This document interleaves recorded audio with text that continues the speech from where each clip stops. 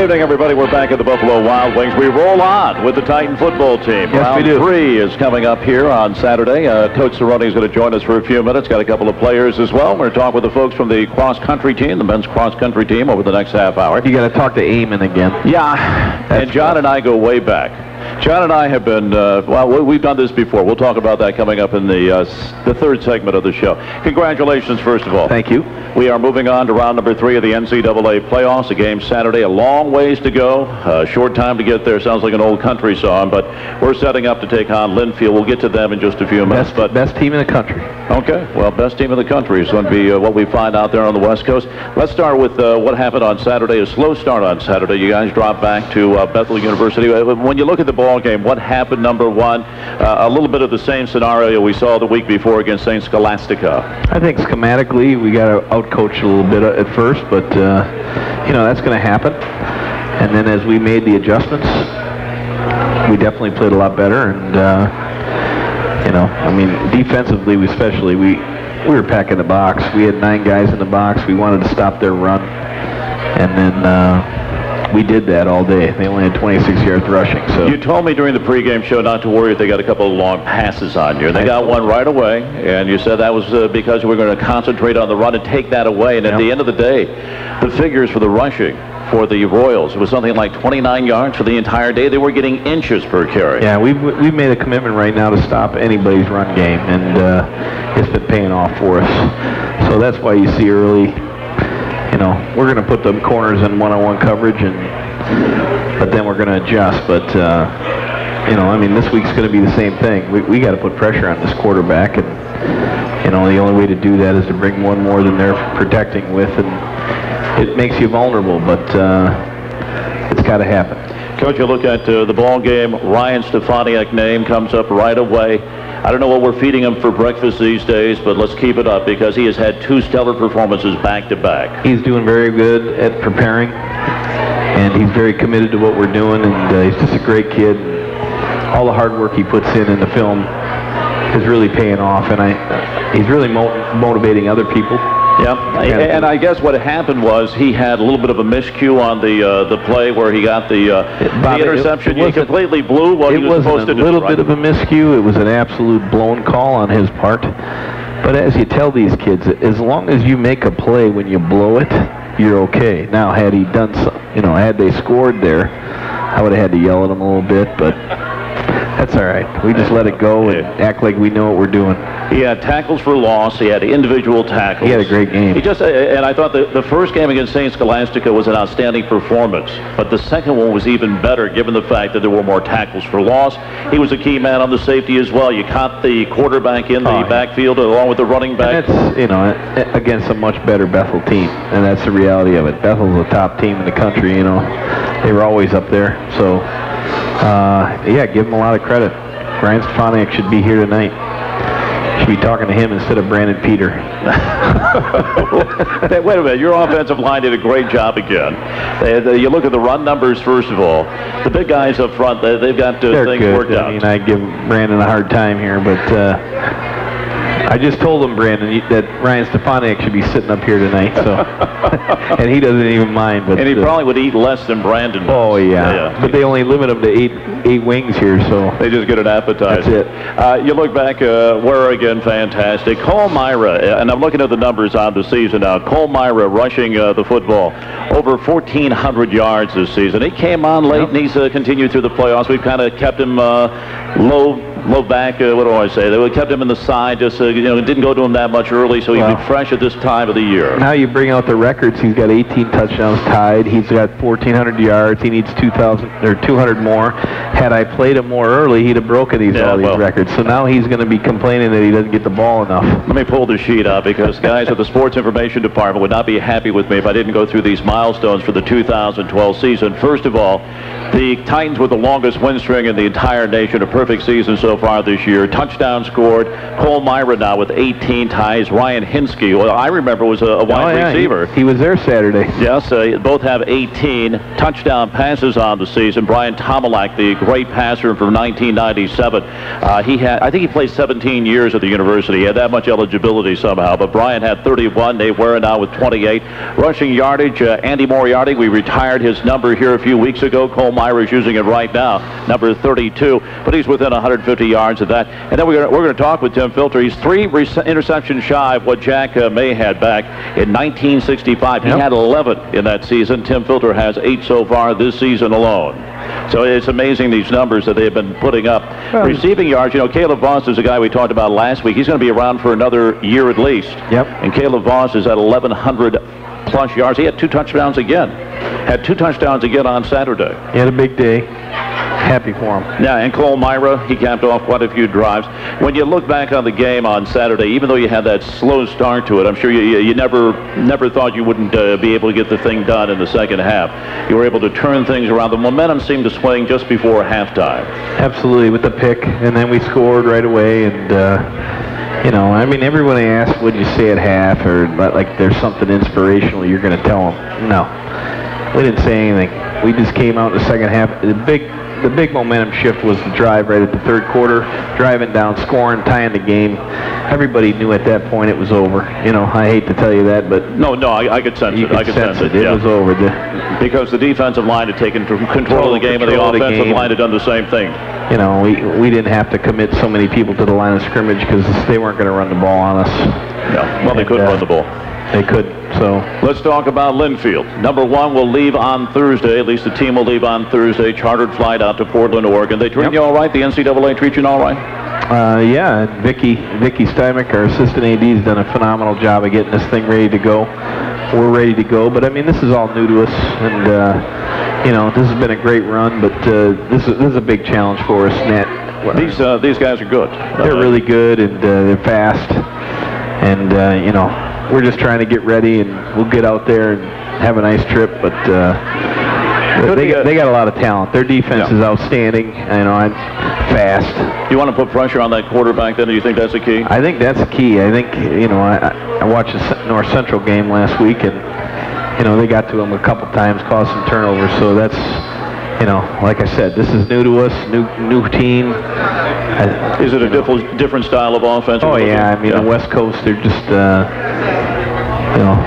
they're so balanced. You don't know whether they're going to run or pass, and, we're just trying to survive here.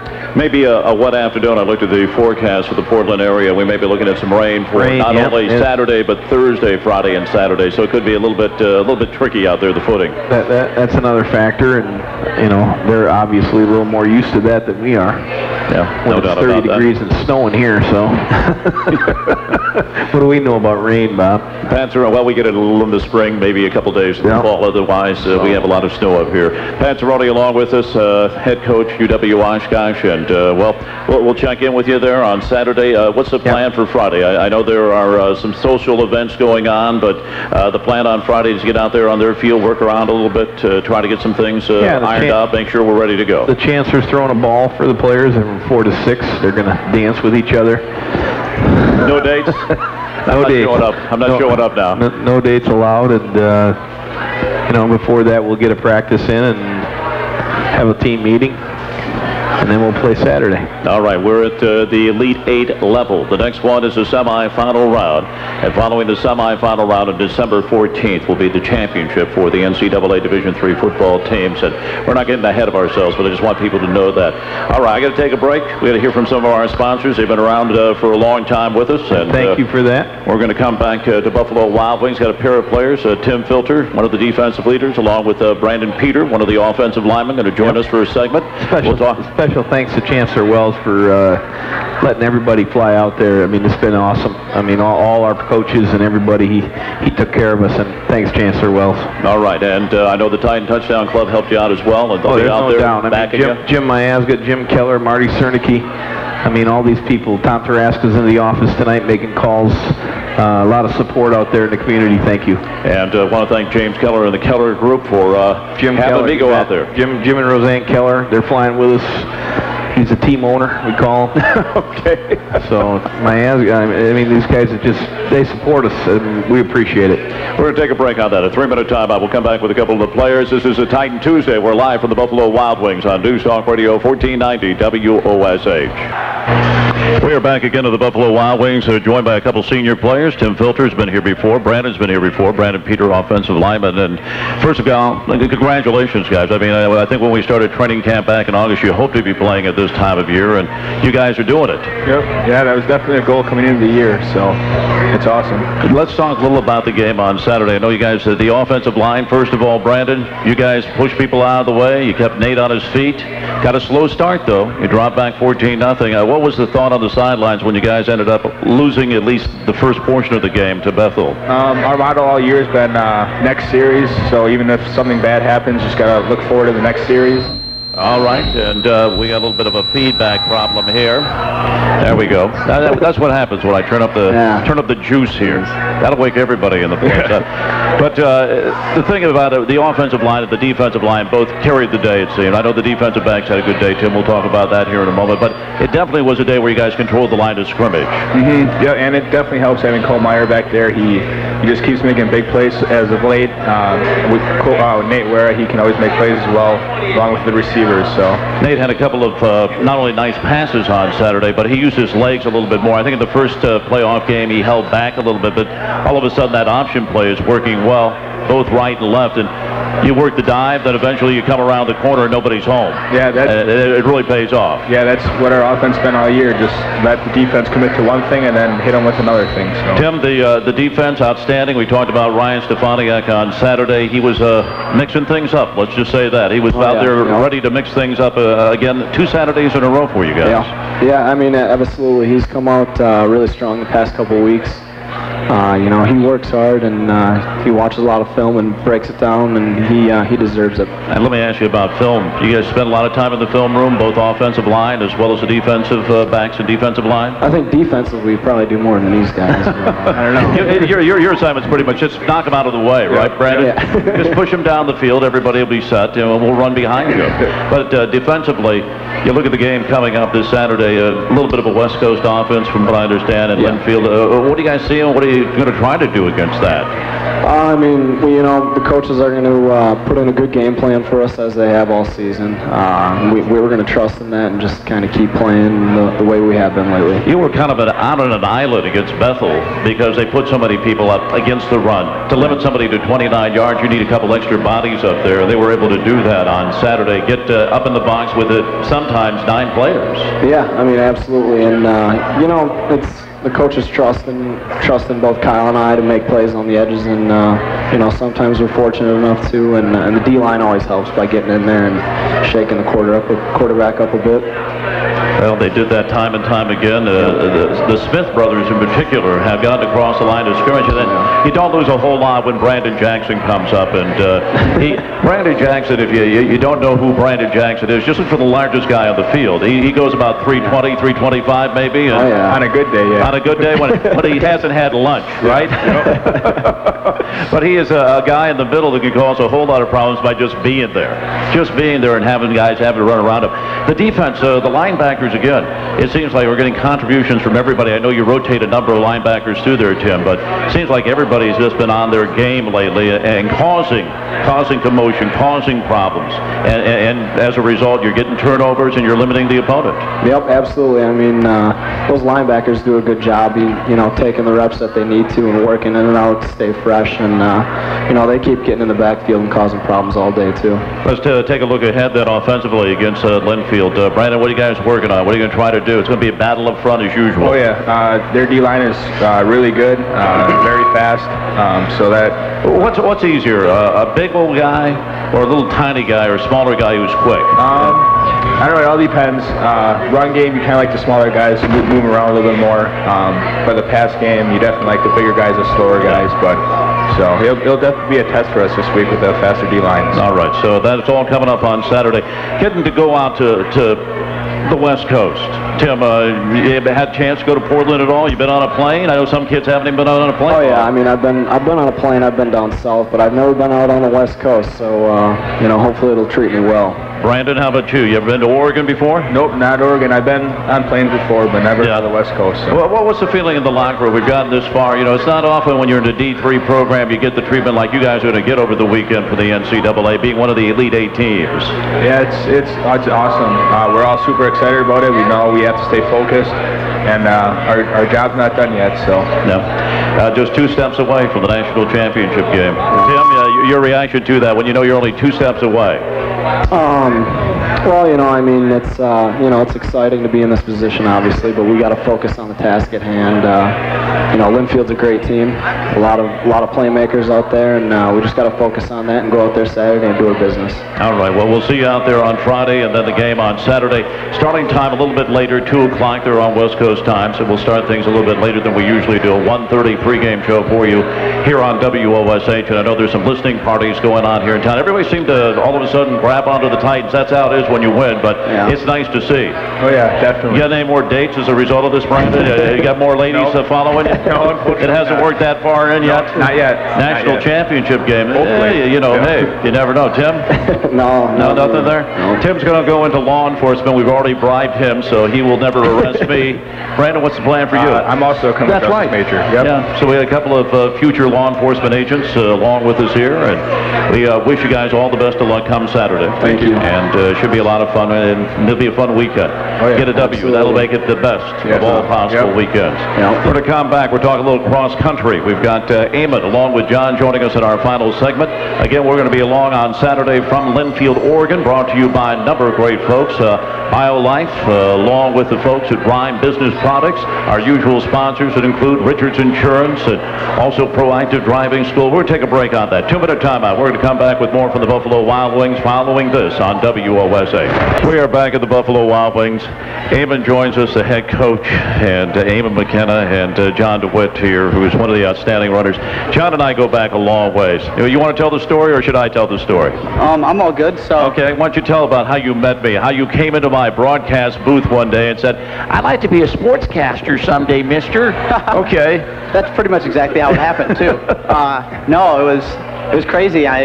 One day they told me that I was job shadowing. I was like, and they were like, what do you want to do for a living? I was like, I want to watch sports and talk about it too. And so this got me set up in the announcer booth with this guy over here, and the rest is history. Exactly. And I told your mother when she called in, I said, don't worry, I'll get him off this career path. I'll get him off. Don't worry, I'll work hard to get him away from this.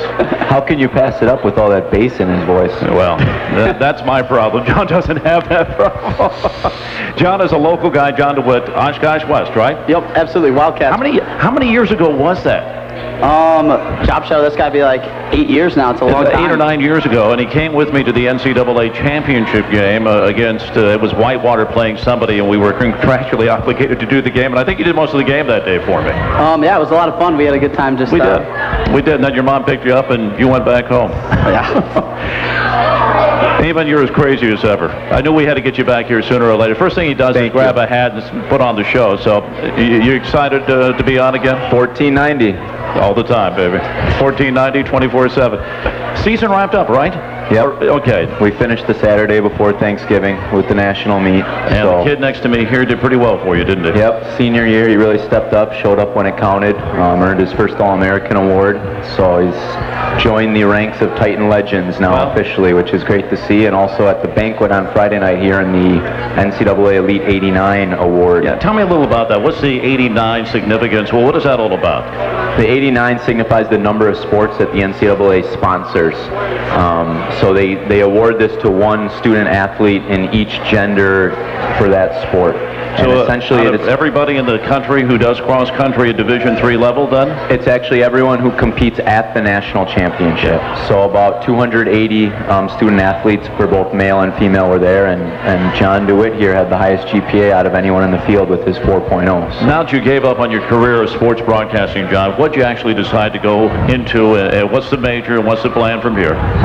Well, I'm a secondary ed math major, so I guess I'd like to go back into the schools. I'm actually doing clinicals at Oshkosh West right now, so back in my old stomping ground. Yeah, someday I'd like to go out and teach some other John DeWitt teach them how to run too.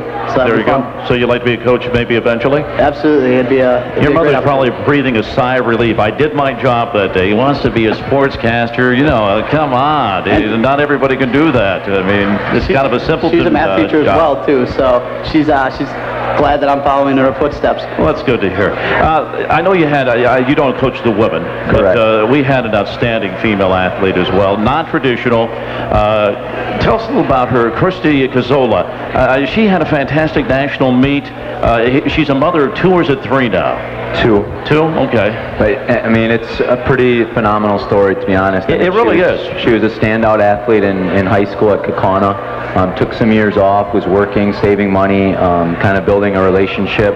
Had a child, came back to school, started competing for a year or 2, had another child, took off of school, then is back again, finishing up the rest of her eligibility, I think at the age of 27, not to put her out there like that. Not traditional, and then she goes to the national meeting. She's a national champion.